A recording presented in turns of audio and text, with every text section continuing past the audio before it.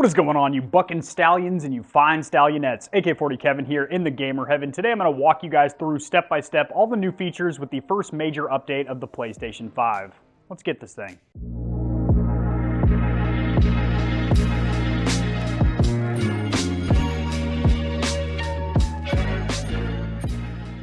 So now directly from the main menu, you can go to any of your games, press the option button over here, and you can check the sync status to the cloud to make sure that you are backed up. I'm not, because I'm not paying for PlayStation Plus. I already pay for enough subscription services as it is, but if you are, you can back up your games, which you could have been doing previously, backing up your save game files to the PlayStation Cloud. However, you had to dig through about 3 or 4 settings menus to get there, as we're now, you just hover over a game, check, make sure you're backed up to the cloud, which is a nice little convenience. Now, the biggest new feature, in my opinion, is the fact that you can store PS5 games on an external storage device, such as a USB flash drive or a USB external. And you will get a nice little icon next to the title of the game showing you that that game is not installed on the internal storage, yet you're external. And keep in mind, if you have PS4 games, you can play them from the external hard drive. Not with PlayStation 5 games, you can only store them there. You will need to transfer them back to the internal SSD in order to play them that way. Now, when you're actually in a game and you double tap the PlayStation button to open up your trophy information for that game, now if you press the option button, it can jump you directly to trophies, which is really cool. And it is convenient. Instead of having to jump out of the game and go through the menus to view your trophies, you can do it that way. And also you can press square to view or hide hidden trophies as well. So now if you go into your settings and go down to captures and broadcasts, you now have some really awesome controllability over what screenshots and video clips you share whenever you earn a trophy. Because before, you could literally stub your toe in a game and it earns you a bronze trophy, and it saves a 30-second video clip and a photo. Now, if you just want to save photos for, your bronzes, and you want to save videos for your gold or platinums, or you don't care about bronze trophies at all, you just want a nice little 15 or 30-second clip for a montage of your golds and platinums, you can set them here, which is really, really cool. Now, staying here in settings, if you go to save data and games/application settings, you now have a new tab down here called follow games. So by default, anytime you install a game, whether it's disc-based or digital, you will automatically be following that game. So you can manually unfollow all of these and basically just leave your favorite games on there. And what that's going to do is on your main menu, you're going to get news clips and clips in the community and stuff like that. Like, hey, we're pushing a new patch or update. You're getting a new map next month. And if you want to turn that off for games you really don't care about, that's where you're going to do it. Now, these next 2 settings are very, very crucial in my opinion, and I think they're very beneficial. If you come over here to screen and video, now over here in HDR, instead of just always on or off, you can have it on when supported, so that way your HDR for your display, your television, your monitor will only click in high dynamic range whenever a game is supported, which seems to be most titles thus far, but that is very, very nice to have. And same thing down here. Enable 120 hertz output. You can now turn that on automatic, so if there is a game that supports it, it will automatically select that higher frame rate, which is awesome. I did do a tutorial previously, I think it was during my initial setup of the PlayStation 5, showing you guys how to actually go into in-game settings to where games will prioritize frame rate, your refresh rate, over sheer graphical fidelity, so it might tone down some things like ray tracing and shaders in lieu of high frame rate. This next setting is also a very nice convenience. If you go over here to System, you'll see you now have a tab for HDMI, and this will allow your PlayStation to control your TV and vice versa. So if you shut one off, it'll shut down the other. Say, for example, you just want to grab your controller, turn on your PS5, and your TV, as well as your soundbar that's connected through an HDMI ARC input, will all fire up together. Me personally, I'll be leaving these off, as when I do turn off my PlayStation 5, a lot of times I'm just going to be using my smart TV to watch Netflix or YouTube. However, my soundbar is connected via HDMI ARC, and that would be pretty cool if it can turn that on.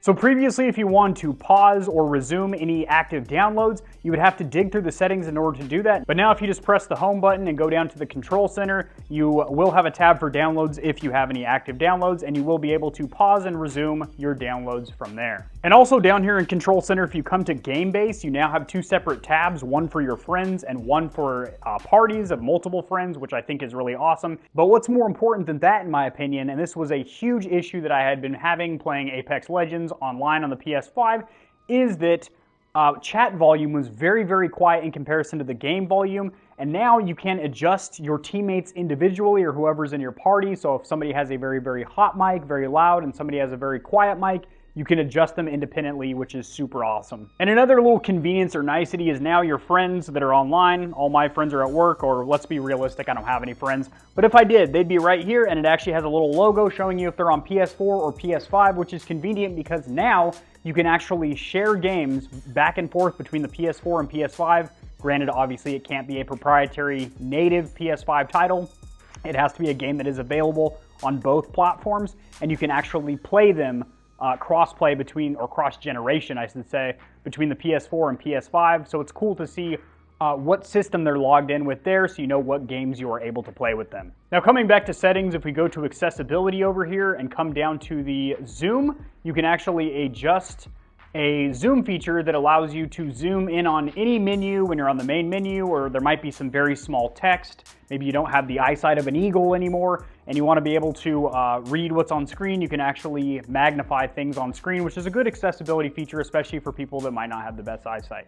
Now over here in save data and game app settings, if you come over here to automatic updates, this now doesn't work as a whole. However, it works in individual game by game cases, which is really awesome. And by turning this on, you will be able to basically pre-install games.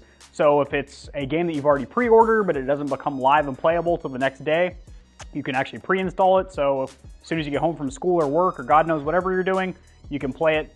You can play it day one. And that's the same thing when there is a new major patch or update for a game. It can basically auto install, and you can set which games specifically you want to be able to do that. Now, if you come over here to your game library, you can now hit the options button and hide games. And then if you want to reveal them, you can come over here to your settings and reveal your hidden items like that. I'm gonna go ahead and unhide this bad boy. So that's really convenient if you have some adult games like Ass Slapper 3000 and you don't want your significant other to see basically all the empty bottles of lotion slung around the living room. So I mentioned earlier that you can now transfer games to an external hard drive. Well, how do you do that? Thank you for asking. If you press the option button and you are plugged into an external hard drive, you will have an option right about here, wedged in between these bad boys, and you will be able to transfer it back and forth. I do have a 4 GB external hard drive, but that is being used on the Xbox Series S, as that does have 364 gigabytes of usable space, and the PlayStation 5 has 677 usable gigabytes of storage. And also over here, to declutter the home screen a little bit, PlayStation did, or Sony I should say, did actually fix the bug or glitch that we were getting where you would delete a PlayStation 4 title and the icon would remain there and you couldn't do anything with it, and if you click it, obviously it's not going to play the game because it's been uninstalled, but the icon was still there. So that seems to be fixed thus far. And another really interesting one that Sony claims they have fixed is a loud disc spinning noise. I personally have never experienced that, probably because I generally have my surround sound, soundbar, or headphones pretty loud when I play, so I'm probably not going to hear it spool up in there, but apparently every hour or so, for about 3 minutes, it would spool up the disc very, very quickly, and it would make a very loud audible sound. So now that has been massaged out. The next one is they have done a bunch of updates to the Tempest audio engine, which is awesome. That's what works in conjunction with the Pulse 3D headset, which I have reviewed on this channel that will be linked in the description below. And that is an absolutely amazing headset for $100, whether you're using it on PC, PS4, or PS5. I was actually really impressed with that. And now this is going to add additional support to games and also give you a little bit richer, fuller 7.1 virtual surround than we already had before. So very welcome. Sony also made a slew of updates for the PlayStation 4. However, I just recently got rid of my PS4, so I can't showcase those. However, I will have the entire patch notes from Sony linked in the description below. If you want to read that article head to toe, tip to tits, and get the full giblet experience out of that bad boy. I think that's going to do it, guys. If you enjoyed the video, it was beneficial for you guys, helped you to understand what came along with this patch. Liking the video helps it to get seen by more people, which in turn helps me grow this little channel, which I do greatly appreciate. Subscribe for more content like this. I do a lot of news in the gaming community and industry, as well as tutorials helping you get set up streaming and YouTubing, and I will see you in the next video. Peace.